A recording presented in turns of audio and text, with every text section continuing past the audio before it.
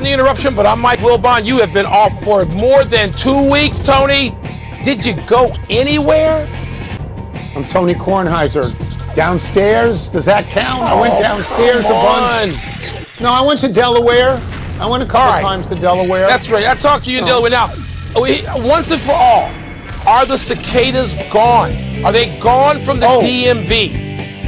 Oh, Mike, the cicadas have been gone for 2-3 weeks now.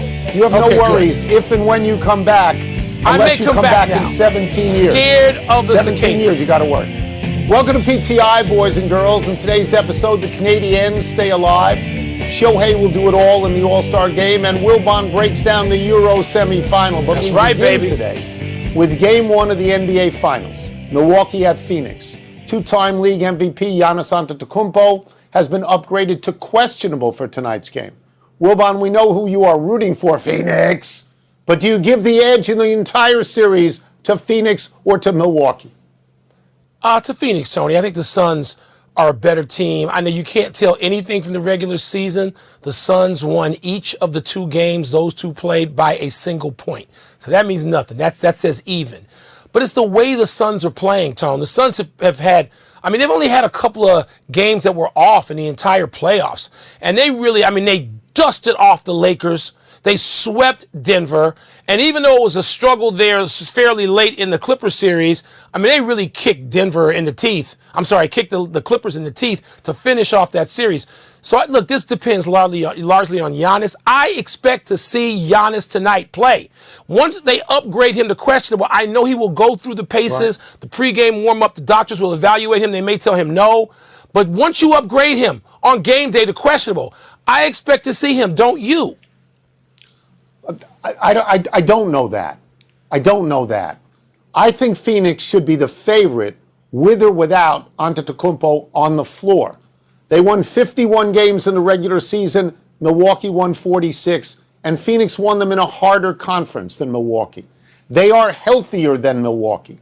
They have home court advantage. I like a lot of things that Milwaukee has done this year. Drew Holiday, most among them, getting somebody to run the team like that. But I like Phoenix more right now. And I'll tell you this, Mike. I know it often happens that when the team is on the road to begin with, they go back home and they win both games. I know that happens often. But you're asking Milwaukee then, if Phoenix wins the first 2, as we've seen them do, you're asking Milwaukee to win 4 out of 5. I think that's hard. The one I'm going to say now is going to sound crazy to you.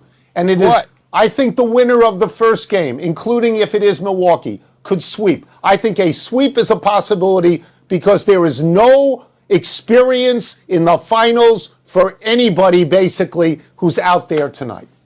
Tone, I don't expect Milwaukee to sweep anything. If anybody's going to get swept, it would be Milwaukee, but I don't see that happening. You said something to me yesterday in our usual Sunday phone chat that has swayed me. You said, look, I would not play Antetokounmpo because even if they go down 0-2 at home, 0-2 on the road, the Bucks, they go home with 2 games. They only have to win 1 game in Phoenix. It could be game 5. It could be game 7. And you sort of convinced me with that, Tony. I don't think I would allow him to. I would try my best to talk him out of wanting to play tonight. Get those extra days in so by the time the series swings to Milwaukee, he is healthier. And so I think I agree. But Tone, Phoenix is a better team right now. They're playing better. They are the better team. They are healthier. They have home court. You pointed out all these things. I just think the way, and it seems like after getting free of the clutches of the Clippers, I think Booker and CP3 are going to be able to have a little bit of physical freedom out there. We'll see. Before we go to the next story. Whoa. I'm waiting. I'm listening. Before we go to the next story, I want to congratulate you, Michael Ray Wilbon, on doing something that everybody will envy in the sports world. You get to sleep in your own bed for the entire finals. You get to sleep in your bed in Scottsdale and drive to the arena in Phoenix. You get to sleep in your bed in Chicago and take a 1 hour and 10-minute train to the arena in Milwaukee. Baby. I don't know that anyone has ever done this. It is spectacular. Tony, I'm traveling with a backpack. That's it. Backpack and a toothbrush. That's all I got to travel with. It's great not to have to pack. Now, while the NBA Finals are just beginning, the Stanley Cup Final is headed to Game 5. The Canadians beat the Lightning in overtime last night to prevent a Tampa sweep. And that's just the way Tampa's mayor wanted it because she said she preferred Montreal win last night, setting up the Lightning being able to win and celebrate at home. Tony Carey Price was terrific in net for the Habs, and they did beat the Leafs after being down 3-1 in that series. So do you think Montreal has one more comeback, a giant comeback left in them? I'll get to that. I want to talk about the mayor first. I believe her name is Jane Castor, and I believe at one time she was on the police force in Tampa. I hope this works out for her, better than it works out for Bill de Blasio in New York City when he attacked Trae Young, and then Trae Young won that series. Because if the Canadiens have one giant comeback left and they somehow win this series, this mayor will be recalled in 24 hours, and she'll be walking a beat in her city. Now, as to whether the Canadiens can do it, of course they can do it. Of course they can do it because they're the Montreal Canadiens. They've got, I want to get the number right, they got more NHL championships than anybody, more Stanley Cups. 27? They got 23. 27? 23. Okay. Tampa Bay's got 2. All right? And so if Carey Price gets hot and he gives an indication in Game 4 that he gets hot, you know as well as I do that the most dominant thing in a hockey playoffs is a hot goalie. In sports, in all the sports, team sports, hot goalie can take a bad team and just run for a while. And Carey Price, we think he still has that kind of talent. Is he hit a stride right now? We don't know. But Tony, yes, I was rooting for Montreal anyway. Just because, I grew up at a time where Montreal was winning a lot of the Stanley Cups, a lot of those 23 you just mentioned. So they've been gone for so long. They're like the Suns. 1993, I think, was the last time for Montreal, like it was for the Phoenix Suns. I'm rooting for them, especially now that this mayor has gone out and said this absurd thing. We'll delay it. Let's stage it. Let's manipulate it. Let's massage it so that we can get the victory we want and the parade we want and the reaction civically we want. Now I'm really rooting for Montreal. Do I think they can do it? No. Tampa has proven, Tony, over these last few years, they lost in a Stanley Cup final to the Blackhawks. They are there. They're consistently really good and sometimes great, and they're going to win this series. Yeah, if you're asking me would I bet on Montreal, no, I wouldn't bet on Montreal. Right. I would bet on Tampa. Montreal has the fewest amount of points of any team that even qualified for the playoffs. They got no business going this far. But I will say this. If they can win Game 5 in Tampa, if they can do that, that mayor is going to sweat it out. Because Montreal's not going to lose the cup at home. That's not how they roll. They won't lose the cup at home. So there would be a Game 7. Joe Madden, who is Shohei Ohtani's manager, is advising Kevin Cash, who will manage the American League All-Stars next week, to pitch and hit Ohtani in that game. Ohtani is the first pitcher to make the All-Star game as a pitcher and a hitter since the game was created in 1933. Ohtani has 31 homers, the most in baseball, and he'll pitch tonight in his last start before the break. Wilbon, is Madden right to encourage Cash to pitch and hit Ohtani in the All-Star game? Of course, yes. Yes, this is historic. Not historic like it's happened 3 times in the get-up era. No, it's never happened, ever. And now, there was no All-Star game back when Babe Ruth could have and would have done this. That's right. There wasn't. Because Babe Ruth could have done this every year from, 1914 to 1923 or something like that. Ruth could have done this many times, but he didn't because there was no All-Star game. Started, I think, in 1933, the All-Star game. So, yes, encourage it. Not everything is a big deal. And Joe Madden is not some, Johnny-come-lately, doofus who only wants to manage by numbers and not pay attention to the history of the game. Joe Madden's a grown, mature man who understands the significance of certain events. Good for Joe. So let me get to the exact question. Should Kevin Cash do this? Yes. Not only should he do it, but if he doesn't start Ohtani on the mound and as a DH, then Rob Manfred should remove him from being a manager. He should pull him. He should yank him the way Kevin Cash yanked Blake Snell in the World Series. Yeah. Because Ohtani is the player that most people want to see most. This is, as you say, a historic event. I would start him only because if he's out there as a DH, start him on the mound. because if he's out there as a DH, it may get complicated in terms of where and how to he warm warms up if you're going to bring him in as a reliever. And I would also start him because you don't have Jacob deGrom in the American League. You don't have a guy with a 0-point-something ERA. The best ERA right now in the American League among the pitchers is 1.98. Kyle Gibson from Texas. And he can That's go pitch the significantly second better than inning, Mike. Ohtani, though. Yeah, but you want him out there early. And it's an exhibition game. It's not a real game. And one more thing. I'm saying this so the kids can see Ohtani before they go to bed. And by the kids, I mean me. Because I want to go to bed at 9, and I want to see Ohtani.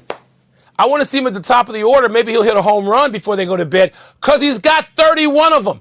31. I mean, that's a more impressive feat than anything he's done from the mound, Tony, because we're not going to talk about the pace of it. But at a time where hitters can't do anything in Major League Baseball, this guy's got 31. That's like Reggie Jackson back before some All-Star game you probably covered, 71. Yep. Jackson had some crazy number of home runs in 1971 at the All-Star game before they played in Detroit. He didn't break any records, but wow, that's a wow. Let's take a break. Coming up, could the Yankees' struggles this season cost Brian Cashman his job? Wow.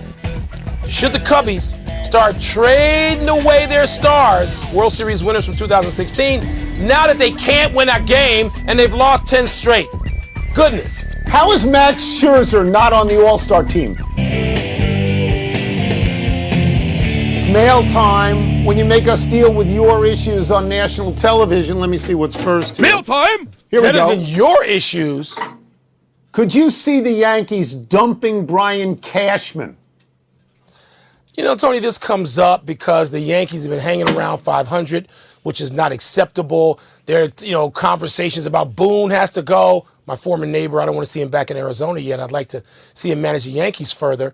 But, Tony, they loaded up their lineup just to sort of hit home runs, and big right-handed hitters who aren't performing all that well. The Yankees seem to me they always do that, whether they loaded up with lefties or loaded up with righties, and now it's easy to pitch around allegedly, and they're struggling, and the Red Sox are sort of soaring, and therefore everybody's got to go.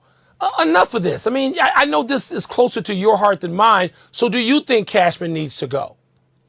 Let's just understand something. The Yankees invented the home run in baseball. That's why they load up with too many right-handed power hitters. I'm old school. I don't believe there's ever too many right-handed power hitters. If there's no goop for a couple of months, I think the hitters come back. Let me answer this question directly, though. If George Steinbrenner were still running the Yankees, Aaron Boone would have been fired in May, and Cashman would be out at the All-Star break. But Hal Steinbrenner doesn't seem to be that kind of boss. I think it's perfectly reasonable to believe that Hal Steinbrenner is friends with Cashman. I don't think you dump Cashman after one bad year out of 20 years. You may want to dump Boone. You may dump Boone, but you would keep Cashman, don't you think, for at least another year? The year is not even over. Let me ask you a real quick question here. I'm sorry. The Yankees invented the home run, yes, but George Herman Ruth and Louis Gehrig were left-handers. They hit from the left side of the plate. They're not right-handed guys because they hit it over that 290-foot bogus right field fence. Mike, it's a new Yankee Stadium. The dimensions aren't the same. And Joe DiMaggio was a right-handed hitter, and Mickey Mantle was a switch hitter. All these guys, they got a right-handed. Let's go to your Cubs. Right? The Cubs haven't won since their no-hitter. Should they trade their stars? Yes. It's like the 85 Bears. The 16 Cubs were great. They did something historic. They did something so difficult. It was so difficult. The pressure those guys played under with Bryant winning an MVP and Baez and Rizzo. And I love those guys. When they walk into a restaurant in Chicago, I will stand and applaud. All right? They may be my favorite team of my life in any sport. But, Tone, they can't get it going again. I walked past David Ross. This is so crazy. The night after the no-hitter, which is the last time the Cubs won in L.A., I'm walking down the street, there's David Ross. We stop, we chat. And so David wants his eye. They get lost that night in a walk-off to the Dodgers. And I said to David, dare I ask you how we did the night after the no-hitter? He said, we got walked off, but it's going to be okay. I'll see you in August. You'll come to Wrigley. Tony, it's done. They're done. I hate to say this. They're done. They're done. Trade them, start over. I love those guys. It doesn't seem to happen. Here are their stars. Baez, Bryan, and Rizzo. That's their infield. You want to trade the entire infield? Baez is 28, Bryant is 29, Rizzo is 31. They're in the primes of their careers. They are. Personally, I'd love to see the Nats pick up Bryant and put him at third. I'd love to see him pick up Rizzo and put him at first. But if I'm the Cubs, I'm just not going to sell off right now. Those are your best players, and they're your How long are you going to wait? Enough of How your long are you issues. going to wait? 16. It's 5 years ago. It's How your long team, are you going to go? It's your I love business. them. You're the I GM. love them. Let's take one last break. Still to come, a big day for Zion Williamson. And a surprise today at Wimbledon. Tone, I can't even believe I'm saying that out loud, but I just think it's a one hit, but a hell of a hit. You know, the 80. Happy time, people. Happy 21st birthday, Zion Williamson. In his 1 year at Duke and his 2 years at New Orleans, Zion has become a charismatic star, almost at the level of LeBron James. In fact, you can make the case that Zion Williamson was the biggest star coming out of high school since LeBron. Imagine how much bigger he might be if he actually played in the playoffs. He hasn't yet. The Pelicans were 30-42 in Zion's first season, 31-41 in his second. Those records prompted David Griffin to fire Alvin Gentry and then fire Stan Van Gundy. So Zion will be working on his third NBA head coach in 3 years next season. Nobody questions Zion's talent. What they question is his durability over the long haul. And as long as we're asking questions about Zion, here's one, Wilbon. How much money do you think he could have made at Duke if he had the right to market his name and likeness? Well, he wasn't going to make $40 million a year at Duke, and he's on his way to that in the NBA no matter how many times he gets to the playoffs. But, Tony, I mean, look, I know it didn't work there in terms of the record of the team. You pointed that out. But I thought Stan Van Gundy was great for Zion. He helped expand, and we can now see the skill set, which includes playmaking. And Zion did a lot of things that were damn impressive this season. I know the team didn't play up to it, but, you know, it's going to be interesting to see where they go from here in New Orleans. Happy anniversary, Los Angeles Clippers. On this day 2 years ago, the Clippers pulled off a huge coup by signing Kawhi Leonard and trading for Paul George. Those two were supposed to lead the Clippers past the Lakers, the team they tanked to avoid this year, and to the NBA championship. The world is still waiting for that. The Clippers began this process by trading Chris Paul to Houston in 2017, then trading Blake Griffin to Detroit in 2018, and then trading Tobias Harris to Philadelphia in 2019. That cleared enough cap space to sign Kawhi, who agreed to come after the Clippers pulled off a trade with Oklahoma City to bring in George. Oklahoma City has ended up with a good player in Shai Gilgeous-Alexander and a treasure chest of 18 first-round and 18 second-round picks, which will either turn out to be gold or a bag of beans. Tony, but now the rumors out there about where Kawhi could wind up and how the dominoes fall and how the whole league could be rearranged by a movement of a couple of players, but Kawhi's at the center of that. Don't know whether he's going to leave or not. He didn't have to go anywhere. He wanted to come home to L.A. Last I checked, L.A., he's still there in his home. But the rumors, man, like whether he might go to Miami or whether Jimmy Butler might wind up in Golden State, the dominoes are fun, but just NBA rumors are out of control, and most of it never happens. A melancholy trails to Terry Donahue, the winningest football coach in UCLA and Pac-12 history, died yesterday at 77. Donahue was the first person to appear in a Rose Bowl game as a player, an assistant coach, and a head coach, all for UCLA. He was an assistant there under Dick Vermeil before taking over the Bruins at age 31 and coaching from 1976 to 1995. Donahue's career record at UCLA was 151, 74, and 8. His Pac-12 record, 98, 51, and 5. His Bruins won or shared 5 conference titles when the Pac-12 meant something, and he became the first coach to win bowl games in 7 consecutive seasons. At UCLA, Donahue coached future Hall of Famers Troy Aikman, Kenny Easley, and Jonathan Ogden. After retiring from coaching, Donahue worked in the broadcast booth for CBS, Fox, and the NFL Network. He was inducted into the College Football Hall of Fame in 2000. Tony, he was such a dashing guy. It was perfect for Southern California, and he was a great coach. Yep. Who knows if UCLA Yep. will ever find those heights again? But he was just always forever young to me was Terry Donahue. I was stunned to hear that he's even 77 years old because he just looked great until the last time we saw him publicly. Quick to the big finish. The Hawks removed the interim tag from head coach Nate McMillan. Your thoughts? That's a no-brainer. That's the no-brainer decision of the offseason already to retain Nate McMillan. Men's second seed Daniel Medvedev lost in the quarters. Are you surprised? I am, but it helps Roger Federer. He gets an easier opponent next round. The U.S. women's soccer team beat Mexico 4-0 in their last match before the Olympics. Big deal. 44 consecutive wins, Tony. Yes, I think that's a big deal for that team. Bruce Springsteen's daughter was named to the U.S. Olympic equestrian team. Aren't you impressed? It's tremendous. Absolutely tremendous. Last one. Who you got in tomorrow's other Euro semi, England or Denmark? Tony, I got England. You know, I've only been to the biggest soccer game I've been to outside of World Cup is England, and, you know, I'm rooting for them. Out of time. Try and do better the next time. I'm Tony Kornheiser. I'm Mike Wilbon. Same time tomorrow, knuckleheads.